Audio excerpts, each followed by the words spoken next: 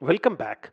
To understand all the concepts of Spring Cloud very well, we need to build a couple of example services. What we'll do is we'll build a couple of examples, currency exchange service and the currency calculation service. We will build one service each, one REST service each. In each of these components, we'll create currency exchange service application or a microservice and set up a simple service there, and we'll also set up a simple service on the currency calculation service. Let's get a quick preview into the functionality of each of these services right now. The currency exchange service would use JPA to talk to the database and return the exchange value for a specific currency. So let's say I want to convert USD to INR. What is the exchange value? Let's say the current exchange value is 65. That's the thing which the currency exchange service would return, talking to a database. So when I invoke the currency exchange service, I would need to pass in two variables. Which currency you want to convert from, which currency you want to convert to. So here I would want to convert euro to INR.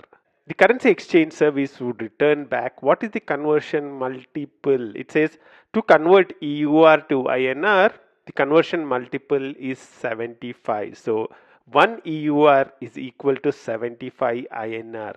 1 euro is equal to 75 Indian rupees.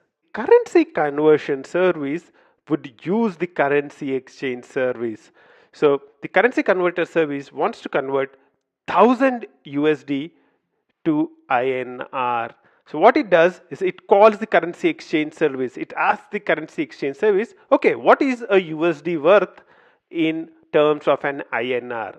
What is the value to convert USD to INR? It gets a value back saying 65, and it uses that to calculate 65 into 1000, and the response it gives back is 65,000. So the currency converter service would make use of the currency exchange service to do the conversion from one currency to another currency of any amount that you provide.